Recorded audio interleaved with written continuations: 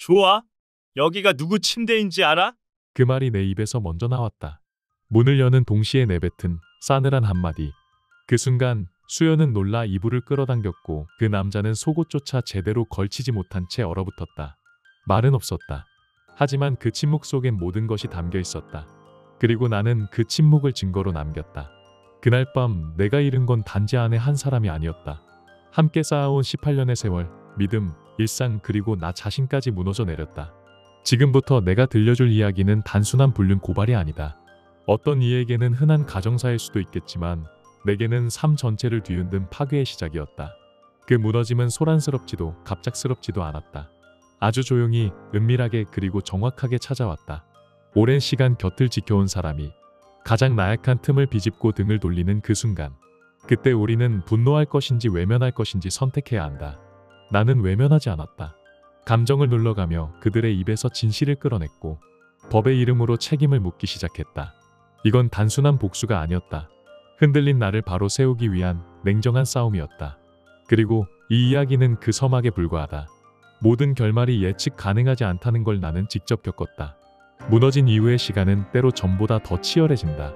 내가 이 이야기를 꺼내기로 결심한 건 더 이상 침묵하는 것이 나 자신에 대한 예의가 아니라고 느꼈기 때문이다. 서울에서 46년을 살아왔다.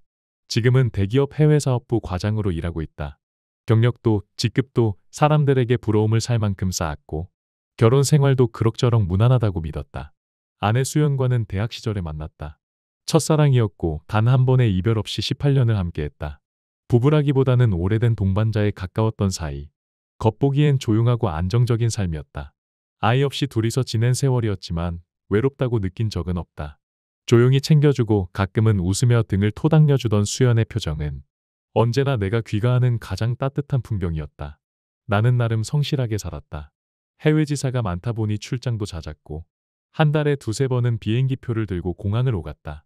출장지는 대부분 아시아권이었고 열흘 가까이 집을 비울 때도 있었다. 그럴 때마다 나는 늘 미안한 마음을 안고 돌아왔다.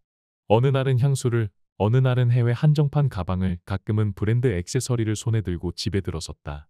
수연은 늘 웃으며 나를 맞았고 여보가 고생하니까 우리가 이렇게 사는 거지 라며 내 어깨를 토닥였다. 그 말을 들을 때마다 나는 더 열심히 살아야겠다고 다짐했다. 수연처럼 나를 믿고 응원해주는 사람을 위해서라면 밤을 새우는 일쯤은 아무것도 아니라고 여겼다. 하지만 지금 돌이켜보면 그 모든 말들이, 그 모든 미소가 내 의심을 무디게 만들기 위한 장치였다는 걸 알게 됐다. 나를 안심시키기 위한 포장. 그 속에서 진짜 그녀는 내가 비행기에 오르는 순간을 기다리고 있었을 것이다. 외롭거나 심심해서가 아니라 누군가를 드리기 위해. 지난달 어느 출장에서 예정보다 하루 일찍 돌아온 밤. 그날은 내가 믿어온 모든 시간을 송두리째 부숴버린 날이었다. 심장은 아직도 그 순간을 기억한다. 손끝은 떨렸고 숨은 잠시 멈췄다. 하지만 나는 무너지지 않았다. 오히려 그녀가 흘린 모든 눈물보다 더 철저하게, 더 냉정하게 되갚았다. 그날도 출장지였던 싱가포르에서 예상보다 빠르게 계약이 마무리됐다. 현지 업체는 협조적이었고 서류 정리도 순조로웠다. 나는 곧장 귀국 항공권을 변경했고 마음속엔 작은 설렘이 일었다. 수연에게 연락할까 고민했지만 한국은 자정을 넘긴 시각이었다. 그녀를 깨우고 싶지 않았다. 조용히 문을 열고 들어가 그녀를 놀라게 하고 싶은 마음이 컸다. 좋은 계약도 성사됐고 오랜만에 소박한 축하 자리를 만들고 싶었다. 밤 11시 무렵 인천공항에 도착했다. 공항버스를 타고 도심으로 향하는 길, 도로는 한산했고 창밖의 불빛은 고요했다. 내 손엔 면세점에서 구입한 유럽산 홍차 세트와 니치 향수가 담긴 작은 쇼핑백이 들려 있었다. 수연이 좋아할 만한 향, 선호하는 스타일. 그녀의 반응이 자연스레 떠올랐다. 택시 기사 아저씨가 말을 걸었다. 출장 다녀오시는 길인가 봐요. 나는 무심코 웃으며 대답했다. 네, 계약이 잘 끝났어요. 부인께서 많이 기다리셨겠네요. 그 말에 괜히 마음이 따뜻해졌다. 하루 먼저 돌아가는 길이 특별하게 느껴졌고 집 앞 골목을 지날 땐 괜스레 설렘이 인다. 현관 앞에 도착했을 때 집은 조용했다. 거실 불도 꺼져 있었고 나는 조심스럽게 비밀번호를 눌렀다. 문은 익숙하게 열렸다. 하지만 문턱을 넘기자마자 이상한 기류가 스쳤다.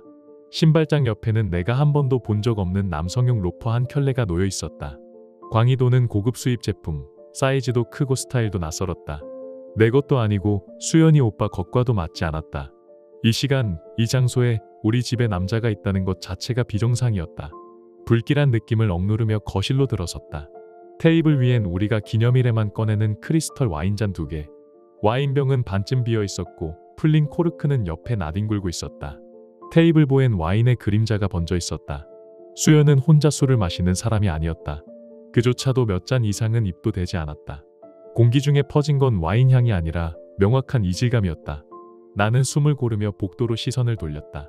침실 문은 반쯤 열려 있었고 그 안쪽에서 은은한 조명이 새어나왔다. 낮은 숨소리와 익숙한 목소리가 섞여 흐르고 있었다. 나는 슬리퍼를 벗고 맨발로 조용히 복도를 걸었다. 차가운 바닥 위를 디딜수록 가슴속의 예감은 명확해졌다. 문틈 사이 침대 위엔 2개의 실루엣이 겹쳐 있었다. 내 안에 수연이었다. 그녀는 낯선 남자에게 몸을 기댄 채 웃고 있었다. 나는 아무 말 없이 핸드폰을 꺼내 셔터를 눌렀다. 실루엣, 시계, 테이블 위 향수병. 그 하나하나를 차례로 담았다. 손끝은 식어 있었고 마음도 더 이상 흔들리지 않았다.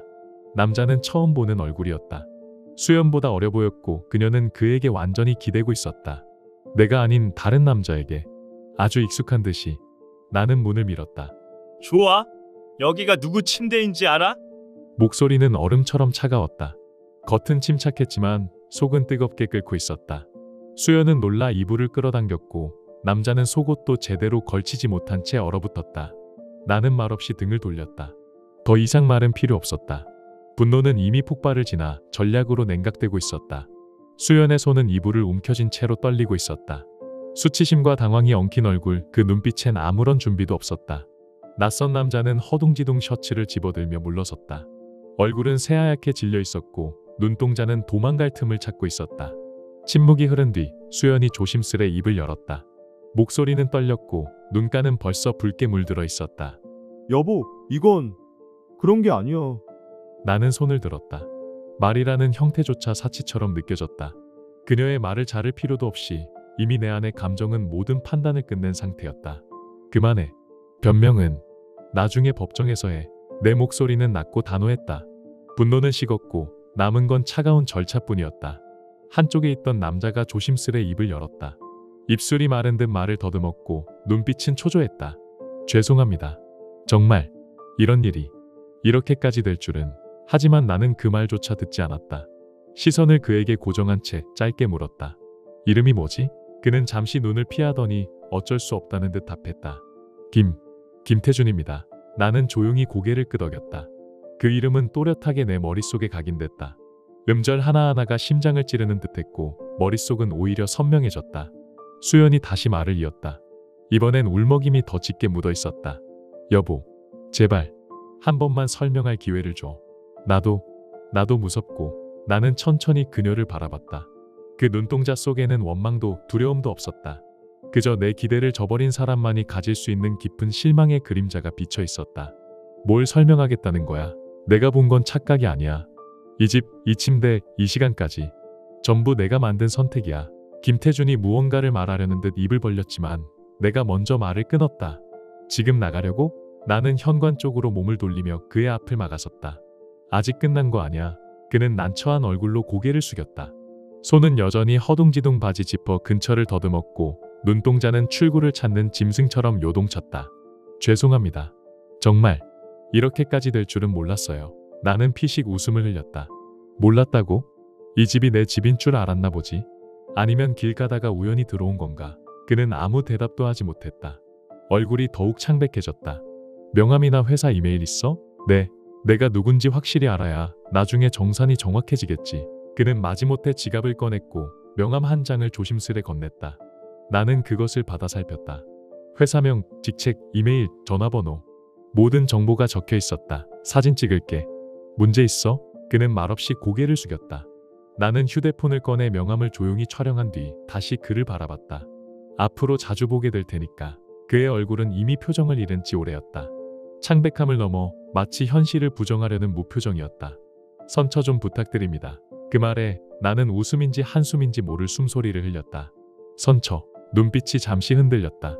내 18년 결혼 생활을 무너뜨려 놓고 이제 와서 선처. 나는 더는 그를 바라보지 않았다. 고개를 돌려 거실로 향했다. 수연은 침대 위에 웅크린 채 아직도 이불을 움켜쥔 상태였다. 그녀의 어깨가 천천히 흔들리고 있었고 울음은 이미 목 안에서 메말라 가고 있었다. 그리고 모든 건 이제부터였다. 순간 경찰을 부를까 하는 생각이 스쳤다. 하지만 곧 마음을 접었다. 지금 이 순간에 분노에 휘둘릴 필요는 없었다. 법적으로 대응할 방법은 이미 머릿속에 정리되어 있었다. 나는 조용히 휴대폰을 꺼내 들었다. 사진, 명함, 테이블 위 흔적들, 그리고 방 안의 정황. 기억보다 기록이 중요했고 이 싸움은 감정이 아니라 전략이었다. 수연은 침대 위에서 여전히 몸을 웅크리고 있었다. 그녀의 울음은 억눌린 숨소리처럼 간헐적으로 터져나왔다. 나는 귀를 기울이지 않았다. 김태준은 벽에 등을 기대고 앉아 있었다. 식은땀이 이마를 타고 흘렀고 입술은 하얗게 말라 있었다. 눈빛은 불안했고 현관 쪽을 힐끗거리다 내 시선이 닿으면 급히 피했다. 그 틈을 깬 건 수연의 목소리였다. 여보, 제발 한 번만 말할 기회를 줘. 진짜 이건. 나는 천천히 고개를 돌려 그녀를 바라봤다. 우연이라고 하겠지. 입꼬리가 비틀렸다. 웃음이라기보단 냉소에 가까운 표정이었다. 우연히 헬스장에서 만나고 우연히 마음이 통하고 우연히 이 침대까지 오게 됐다는 얘기겠지. 그녀는 더 이상 말을 잇지 못했다. 이제는 설명이 아닌 후회의 숨소리만 방 안을 채웠다. 나는 소파에 조용히 앉아 핸드폰을 내려놓았다. 이미 필요한 기록은 다 담겼고 남은 건 순서대로 대응하는 일뿐이었다. 그 순간 한 문장이 귓가에 걸렸다. 3달 전부터 관계가 있었습니다. 나는 시선을 들었다. 김태준이 침묵을 깨고 입을 연 것이었다. 목소리는 작았지만 그 안에 담긴 무게는 가벼운 것이 아니었다. 3달. 입술이 저절로 움직였다. 그 말이 현실이라는 걸 받아들이는데 몇 초가 걸렸다. 경찰이 들어온 것도 신고가 접수된 것도 아니었다. 그는 스스로 입을 열었고 나는 그의 말에 마주한 채 천천히 생각을 되짚었다. 헬스장에서 만났고 처음엔 그냥 대화만 했는데 자연스럽게 이렇게. 그 뒤에 말은 들리지 않았다.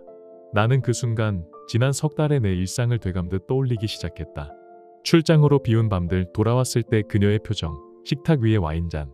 변하지 않은 듯 보였던 모든 평온한 장면들이 갑자기 낯설고 차갑게 다가왔다. 최근 수연은 달라졌었다. 화장을 더 자주 했고 갑자기 헬스장에 다니기 시작했다. 옷장 한켠엔 내가 본 적 없는 옷들이 하나둘씩 늘어났고 출장 중엔 평소보다 연락이 적었다. 나는 그저 그런 변화들을 자기 관리라고 여겼다. 긴 결혼 생활 속에서 어느 순간 아내도 자신을 돌보는 시간을 갖는 것일 거라 믿었다. 하지만 그건 나를 위한 관리가 아니었다. 누군가를 만나기 위한 준비였다. 그들은 내가 자리를 비운 틈마다 우리 집을 그들만의 공간으로 만들고 있었다. 나는 김태준을 바라봤다. 고개를 푹 숙인 그는 마치 판결을 기다리는 죄인처럼 보였다. 출장 갈 때마다 그렇게 만났다는 거지? 그는 잠시 망설였지만 더는 거짓말을 하지 못했다. 네. 그 짧은 대답은 내가 18년 동안 쌓아온 믿음을 한순간에 무너뜨렸다. 그 이후의 기억은 다소 흐릿했다. 경찰이 도착했고 상황을 파악한 뒤 그를 연행해 갔다. 무단 침입이 아닌 내 요청에 의한 조사 참고인 신분이었다.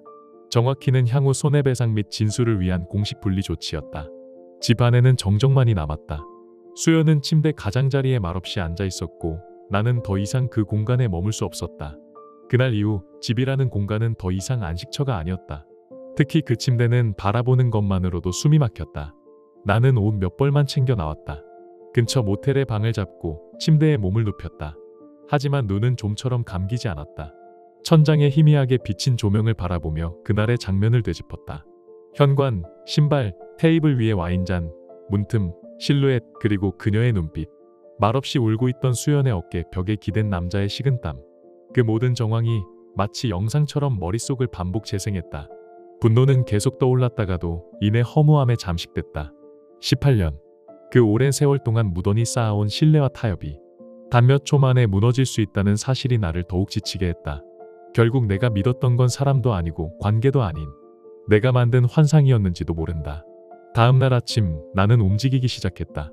이제부터는 감정이 아니라 전략의 시간이었다. 가장 먼저 찾은 곳은 법률사무소였다. 서울 강남, 이혼 전문 로펌 중에서도 승소율이 높고 평가가 좋은 곳. 예약한 시간에 맞춰 정장을 갖춰 입고 사무실 문을 열었다. 나는 준비한 서류들을 꺼내 변호사에게 건넸다. 경찰 신고 접수증, 김태준의 명함 사진, 현장 사진, 그리고 그날 밤의 진술 메모까지. 변호사는 서류를 넘기며 고개를 끄덕였다. 이 정도면 증거는 충분합니다. 상간자에 대한 손해배상 청구도 가능하고 이혼 소송에서도 주도권을 잡을 수 있겠어요. 나는 잠시 숨을 고르며 물었다. 손해배상은 얼마로 청구하죠? 보통은 3천만 원 선에서 조정되는 경우가 많은데요. 나는 말을 끊었다. 2억으로 해주세요. 변호사의 눈이 조용히 올라왔다. 2억이요? 다소 과하다고 판단될 수도 있습니다만 나는 단호하게 고개를 끄덕였다. 그 사람 때문에 제 결혼 생활 18년이 끝났습니다. 그 대가로는 부족하죠. 돈이 문제가 아니라 의미를 남겨야 합니다. 솔직히 그 남자가 2억을 감당할 수 있을지는 몰랐다. 하지만 그것은 중요하지 않았다. 그가 빚더미에 오르든 소송 기록에 발목이 잡히든 무너뜨릴 수 있다면 그걸로 충분했다. 그리고 동시에 수연과의 이혼 조정도 준비에 들어갔다. 재산 분할에서도 나는 유리한 고지를 점하고자 했다. 지금 살고 있는 집, 자동차, 예금, 보험 모든 자산 대부분이 내 이름으로 등록되어 있었고 수입의 90% 이상이 내 노동에서 비롯되었다는 사실을 입증하는 서류도 미리 정리해 두었다. 변호사는 여러 번 신중한 조정을 권했지만 내 입장은 단호했다. 감정으로 흔들리기엔 너무 멀리 왔습니다. 저는 법적으로 철저하게 그리고 아주 차갑게 끝내고 싶습니다. 사무실을 나서며 유리창에 비친 내 얼굴은 더 이상 눈물에 젖은 피해자의 얼굴이 아니었다. 나는 이제 반격을 준비하는 사람의 얼굴을 하고 있었다. 그날 오후 본격적인 재산 정리에 돌입했다. 변호사는 내게 조용히 말했다. 부인 명의로 되어 있는 자산도 꽤 많습니다. 아파트는 공동 명의고 적금 계좌도 3개나 배우자 명의입니다. 나는 고개를 끄덕였다. 세금 문제 때문에 그렇게 했습니다. 하지만 모든 돈의 출처는 제 월급입니다. 그 부분 재판에서 명확히 해야겠지요. 변호사는 말없이 메모를 이어갔고 나는 머릿속으로 끊임없이 시뮬레이션을 반복했다. 이제는 내 이름으로 등록되어 있지 않다고 해서 잃을 수 있는 건 없다. 모든 건 문서로 남아있으니까. 하지만 그날 오후 예상치 못한 진실이 드러났다. 김태준. 그자는 아직 이혼하지 않은 상태였다. 즉 그는 혼인관계가 유지된 상태에서 수연과 불륜을 저지른 것이었다. 나는 잠시 숨을 멈췄다.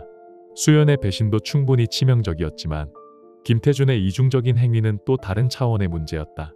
그건 단순한 유혹이 아닌 명백한 이중생활이었고 그 안에는 또 하나의 피해자가 존재했다. 나는 결심했다. 그의 아내에게 진실을 직접 알리기로. 명함에 적힌 주소를 기반으로 온라인 주민센터를 통해 세대주 정보를 열람했고 동일 주소에 등록된 세대원 이름 중 하나가 눈에 들어왔다. 박미경. 그 이름을 기억한 채 포털에서 검색을 이어갔고 곧 우연히 일치하는 SNS 계정을 발견할 수 있었다. 사진들은 평범했다.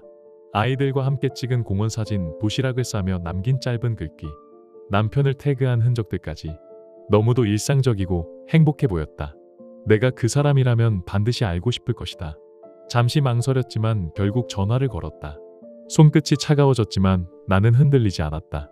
신호음 뒤로 조심스러운 목소리가 들려왔다. 여보세요? 나는 최대한 감정을 억누르며 말했다. 안녕하세요. 혹시 김태준 씨의 배우자분 되시나요? 네. 그런데 누구시죠? 드릴 말씀이 있어 연락드렸습니다. 혹시 지금 통화 가능하신가요? 그녀는 당황한 듯 잠시 머뭇거렸고 나는 조용하고 정확한 톤으로 말을 이었다. 직접 말씀드리게 되어 송구합니다. 하지만 김태준 씨께서 최근 몇 달 동안 제 아내와 부적절한 관계를 이어온 사실을 확인했습니다. 수학이 넘어 짧은 정적이 흘렀다. 숨소리조차 들리지 않았다. 잠시 후 그녀의 목소리가 달라졌다. 처음에 평온한 말투는 사라지고 흔들림과 공포가 섞여 있었다. 무슨 말씀이신지, 제 남편이 지금 무슨 상황인 거죠? 나는 구체적인 정황을 조용히 설명했다. 언제부터였는지, 어디서 만났고, 어떤 증거가 있으며 현재 어떤 법적 조치를 진행 중인지까지. 그녀는 말을 잇지 못했다. 아이들이 둘 있어요. 어떻게 이런 일이? 그 말에 나는 잠시 말문이 막혔다. 적의 아내 앞에서 느낀 예상 밖의 연민. 하지만 그것이 내가 해야 할 말을 멈추게 하진 않았다. 이건 당신에게도 권리가 있는 문제입니다. 저는 그저 진실을 알리고 싶었습니다. 그 말로 통화를 마쳤다. 통화가 끝난 뒤 손에서 놓인 휴대폰을 한참 바라보았다. 이제 나는 혼자가 아니었다. 나처럼 무너진 또 한 사람이 생겼고 그것이 곧 김태준의 진짜 파멸이 될 것이라는 확신이 들었다. 며칠 뒤 나는 박미경과 직접 만났다. 우리는 조용한 카페 구석자리에 마주 앉았다. 그녀는 처음엔 아무 말도 하지 못했다. 화장기 없는 얼굴, 야윈 볼살, 눈 아래 퍼진 그늘 같은 다크서클. 그 모든 흔적이 이미 그녀가 오래전부터 이상함을 느끼고 있었음을 보여주고 있었다. 나는 가방에서 봉투 하나를 꺼내 조용히 내밀었다. 직접 보시죠. 사진, 진술서, 경찰 접수 내용입니다. 영상은 보여드리지 않겠습니다. 그녀는 조심스레 봉투를 열었다. 몇 장의 사진이 손끝을 스치자 그녀의 손이 눈에 띄게 떨리기 시작했다. 와인잔, 낯선 셔츠, 침대 위 그림자. 어느 하나 우연이라 할 수 없는 장면들이었다. 믿기지가 않네요. 그녀는 아주 작게 중얼거렸다. 눈동자는 흔들렸고 그 뒤로 혼잣말 같은 말이 따라 나왔다. 최근에 야근이 많다고 했어요. 주말에도 갑자기 외근이 생겼다며 나갔고요. 나는 그 말에 어떤 위로나 반응도 하지 않았다. 대신 낮은 목소리로 조용히 말했다. 당신은 알 권리가 있습니다. 그리고 분명히 당신도 피해자예요. 그 한마디에 그녀의 고개가 툭 떨어졌다. 참아오던 눈물이 아주 천천히 흘러내리기 시작했다. 나는 그 모습 앞에서 어떤 감정도 강요하지 않았다. 며칠 전 나 역시 같은 자리에 있었던 사람이었다. 무너지는 마음을 꺼낼 단어 하나 없다는 걸 나는 누구보다 잘 알고 있었다. 그날 이후 박미경은 김태준을 상대로 이혼소송을 제기했다. 그리고 나처럼 상간자에 대한 손해배상 소송도 함께 진행했다. 이제 김태준은 두 건의 민사소송에 휘말린 셈이었다. 아내에게는 혼인 파탄에 대한 위자료를, 나에게는 가정 파괴에 대한 책임을 져야 했다. 하지만 나는 거기서 멈추지 않았다. 법적으로 가능한 수단은 모두 동원할 계획이었다. 그가 잃어버릴 것은 단순한 체면이나 일상이 아니었다. 내가 잃은 18년의 시간만큼 정밀하고 무겁게 되돌려줄 생각이었다. 그의 직장을 확인하는 데는 오래 걸리지 않았다. 명함에 적힌 회사명과 주소를 통해 조회하자 그가 서울 강남구의 중견 무역기업 아우로라 트레이드에서 과장으로 재직 중이라는 사실이 확인됐다. 그 회사는 규모도 작지 않았고 업계 내 평판도 나름 안정적인 편이었다. 외부 계약이나 이미지에 민감할 수밖에 없는 위치. 나는 그 점을 놓치지 않았다. 관련 정보를 정리해 변호사에게 전달했다. 사적인 복수가 아닌 절차적 대응이었다. 이 부분도 공식적으로 전달해 주세요. 사적 감정이 아니라 사실 통지와 책임 고지의 차원에서요. 변호사는 고개를 끄덕이며 문서를 정리했다. 이미 두 건의 소송이 진행 중이었고 상대방의 직장 정보는 손해배상 청구나 추후 조정에도 중요한 근거가 될 수 있었다. 나는 문득 상상했다. 그가 매일 아침 어떤 표정으로 출근하고 있을지, 회사 건물의 자동문을 지나며 어느 순간 어떤 형태로든 후폭풍이 찾아올지 모른다는 불안 속에서 어떻게 일상을 유지할 수 있을지. 나는 그를 무너뜨리기 위해 고함을 치거나 손가락질하지 않았다. 조용히 그러나 정확하게 법이 허락하는 범위 내에서 그의 기반을 하나하나 흔들고 있었을 뿐이다. 회사에 직접 전화를 걸지도 않았다. 감정은 언젠가 사라지지만 기록은 끝까지 남는다. 나는 철저히 기록으로, 문서로, 공식 경로로만 대응했다. 그날 변호사 사무실을 나서며 유리창에 비친 내 얼굴을 잠시 바라보았다. 분노는 여전히 남아있었지만 적어도 나는 더 이상 무력한 피해자가 아니었다. 내가 무너진 만큼 그는 책임을 져야 했다. 그리고 그 책임의 무게는 이제야 제대로 전달되기 시작했다. 김태준은 이제 선택의 여지가 없었다. 가정도, 직장도, 사회적 평판도 모든 것이 무너지고 있었다. 사람은 끝까지 믿고 싶어 합니다. 나도 그랬습니다. 하지만 믿음이 배신으로 돌아왔을 때 남는 건 분노가 아니라 허무함이더군요. 모든 감정이 한 차례 지나간 뒤에야 나는 진심으로 깨달았습니다.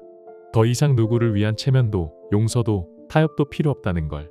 배신은 실수일 수 없고 우연은 반복되지 않습니다. 내가 흘린 눈물만큼 그들에게 책임을 지우는 것. 그게 나의 방식이었습니다. 그리고 이제 나는 다시 나의 삶을 시작하려 합니다.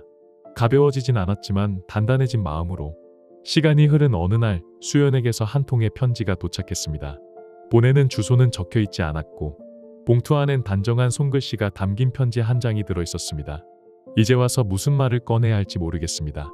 당신이 그날 보여준 눈빛을 잊을 수가 없습니다. 나는 용서받을 자격이 없다는 걸 알지만 적어도 진심으로 사과하고 싶었습니다. 편지에는 되돌리고 싶다는 말도, 다시 시작하고 싶다는 말도 없었습니다. 단지 당신이 겪은 상처를 알기에 나는 끝까지 나를 벌하며 살겠습니다라는 문장만이 조용히 남겨져 있었습니다. 나는 그 편지에 아무런 답을 하지 않았습니다. 읽었지만 쓰지 않았고 버리지도 않았습니다. 정확하게, 조용하게, 냉정하게. 처음부터 내가 선택한 방식 그대로 나는 그 침묵으로 답했습니다. 이제 나의 삶은 다른 리듬으로 흘러가고 있습니다. 누군가는 이 이야기를 복수라 말할지도 모르겠습니다. 하지만 나에게는 단지 무너진 자리에서 나를 다시 세우는 과정이었을 뿐입니다. 더는 누구의 그림자도 집안에 남아있지 않습니다. 더는 문틈을 바라보며 귀를 기울일 필요도 없습니다. 나는 다시 혼자가 되었고 그 고요함 속에서 오히려 진짜 나를 되찾고 있다는 걸 느낍니다. 당신은 이 이야기를 어떻게 느끼셨나요? 댓글로 당신의 생각을 들려주세요. 이 이야기가 여러분께 작은 감동이 되었거나 잠시 멈춰 삶을 돌아보게 하는 계기가 되었다면, 혹은 바쁜 일상 속에서 따뜻한 위로가 되어 주었다면 그것만으로도 저희는 더할 나위 없이 기쁩니다. 여러분의 좋아요와 댓글 그리고 구독은 이러한 이야기들이 더 많은 사람들에게 닿을 수 있도록 따뜻한 다리 역할이 됩니다. 끝까지 함께해 주셔서 진심으로 감사드립니다. 늘 평안하시고 사랑과 진심이 가득한 하루 되시길 바랍니다.